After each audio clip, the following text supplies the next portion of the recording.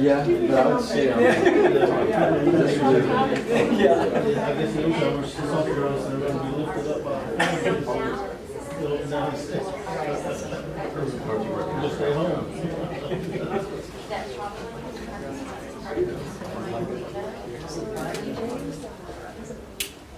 It's like a GIS tool that they did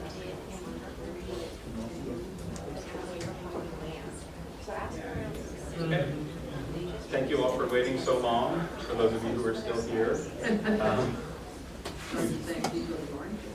We've had some transportation issues, but we have most of our panel. We may have a third person who may be joining us. I guess I'll wait a minute, but in the meantime, I guess I can fill time before introductions by explaining why you're here.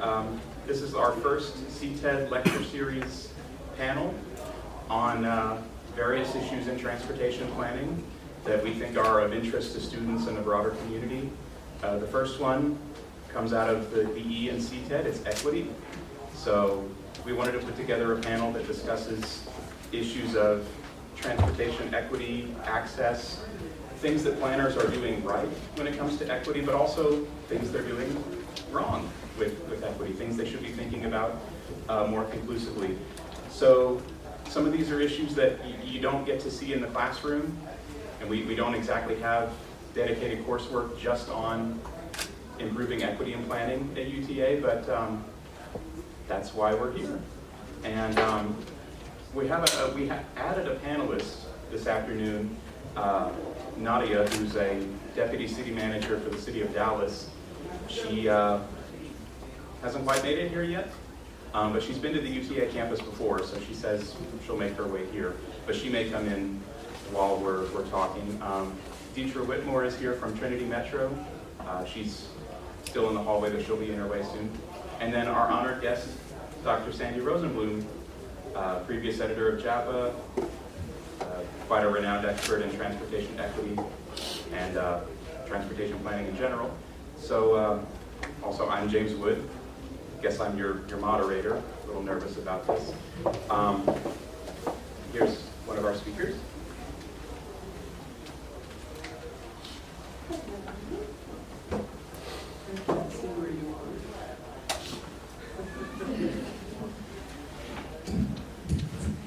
And then I will hand out the questions and then we can get started. So the first question is sort of an introduction, happens all the time in panels, is I'd like to ask our two panelists to introduce themselves, tell you a bit about themselves, and then tell you first, what is one thing that they think planners are doing right about equity? And then the second, what they think maybe planners are doing wrong about equity. So Sandy, could we start with you? This is on? Yeah, I can hear it. Hi, I'm Sandy Rosenbloom. I'm a professor at the University of Texas in Austin. I think probably I've spent my entire career looking at equity issues and the travel patterns of people with needs different than the average. What do transit operators get right about equity?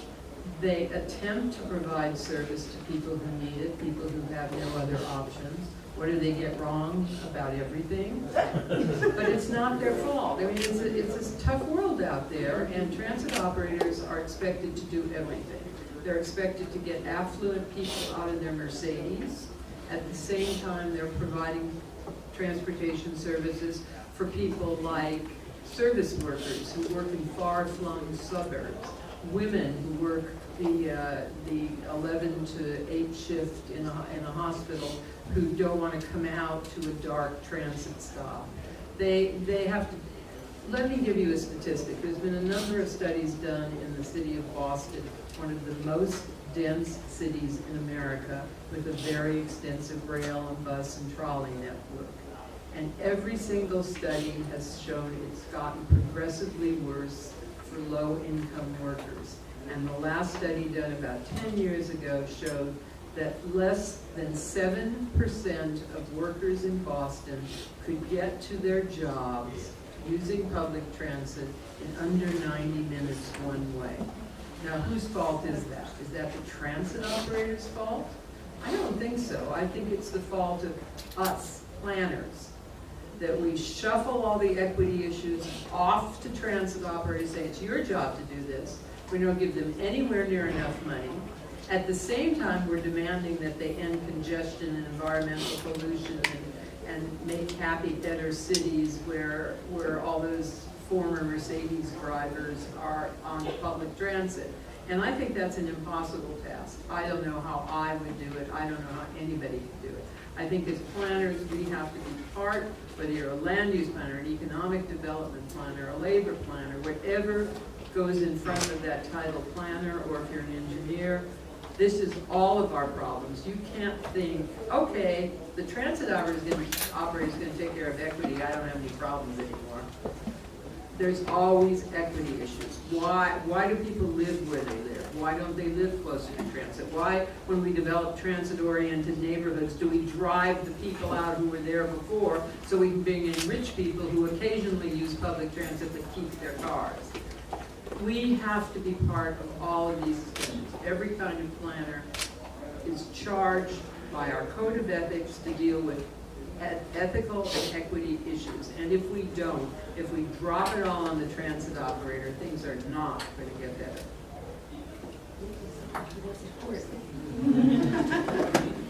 Hello, I'm Detra Whitmore. I'm Vice President of Administration for Trinity Metro. I am also over the Planning and Development Department as well as Customer Service. And many of you may not know Trinity Metro. We are a regional transportation authority. We move over 10 million people a year on transit, and that's in conjunction with our rail, bus, van pool, and our paratransit services.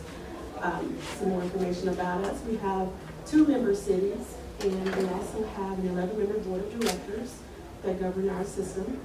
And one of the things that planners that I think are getting right, because I'm over the planning department, and in general, we have to include the human dimension when we're planning service. We have to make sure that we're reaching out to the communities. One of the things that we started working with is the city of Fort Worth. When they are planning, when they have development coming on, they're including transit. Whereas before, transit was an afterthought. It's like, just like Susan said, after the development is done, now we're looking for transit to come in and be able to put their infrastructure into this system that's already there, and then try to get people to use it. But they should try before all that happens, the development starts working at the same time as transit planning to get more people to use transit. And so the thing I think planners get wrong is when they don't include the human dimension in that, because we do have to listen to what people are doing. Transit is changing, people's travel habits are changing, so we really have to think about what the people want.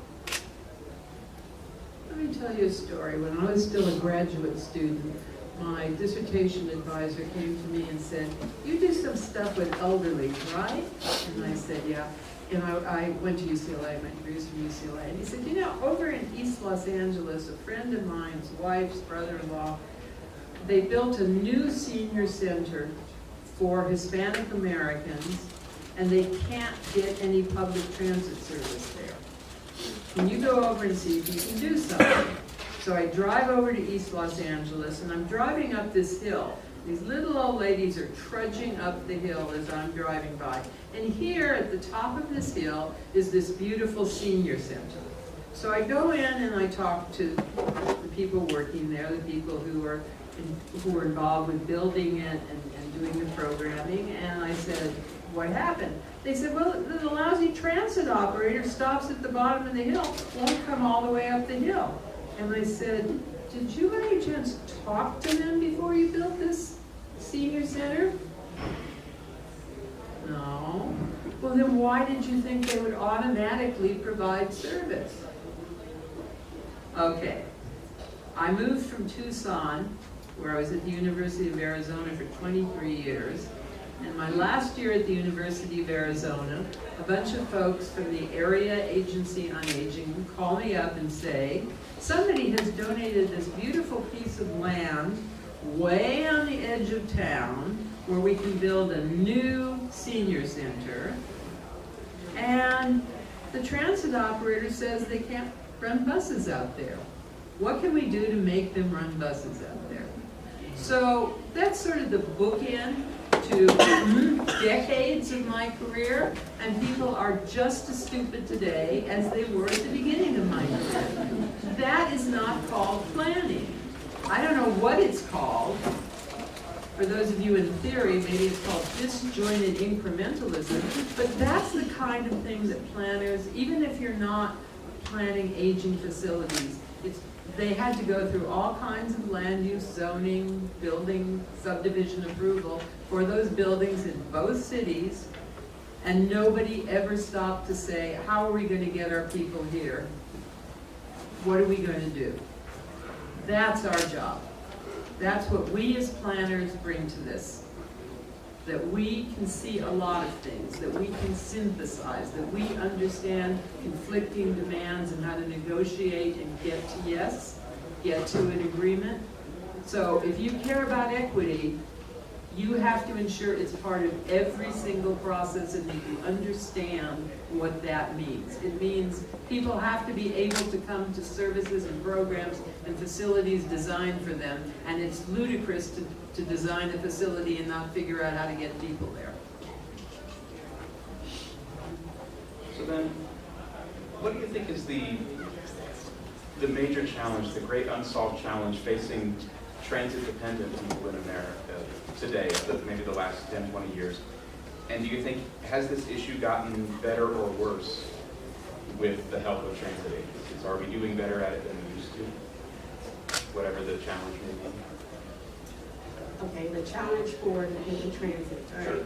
Well, remember transit, when we talk about dependent transit, the perception of public transportation is it's for poor people. And that's the perception that we all need to work to change, because transit is for everyone. If you think about New York and Washington, people on Wall Street are using public transportation daily.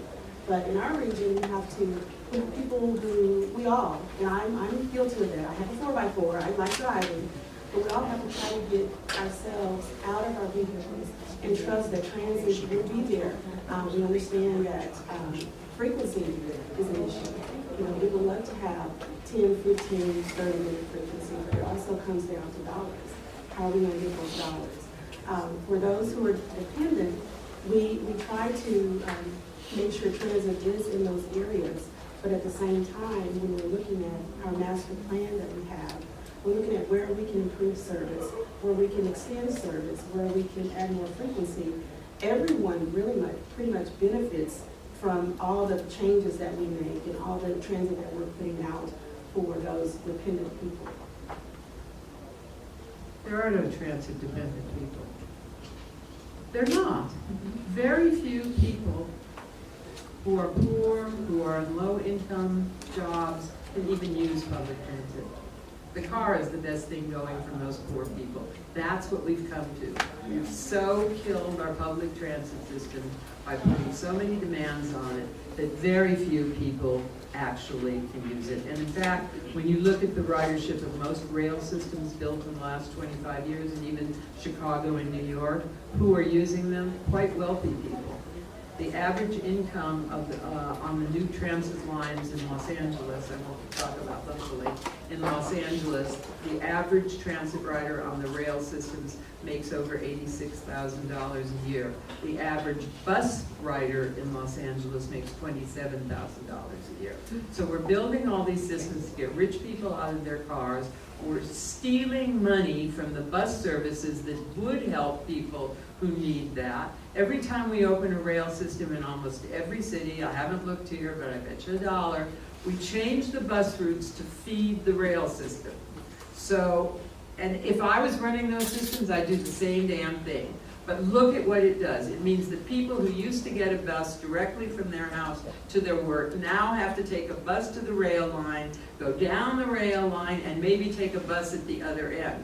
And there are funny stories about cities, I don't know if it's happening here, but I bet it is, that when Atlanta did that, when they opened their first routes and then additional routes, illegal jitney type operators started operating routes on the old legal bus lines. So that people who didn't want to take a bus to the rail system out to the burbs, and then somehow try to find, at the railhead, find transportation to their suburban jobs, took the same route. Those were illegal. They were taking riders from the system. But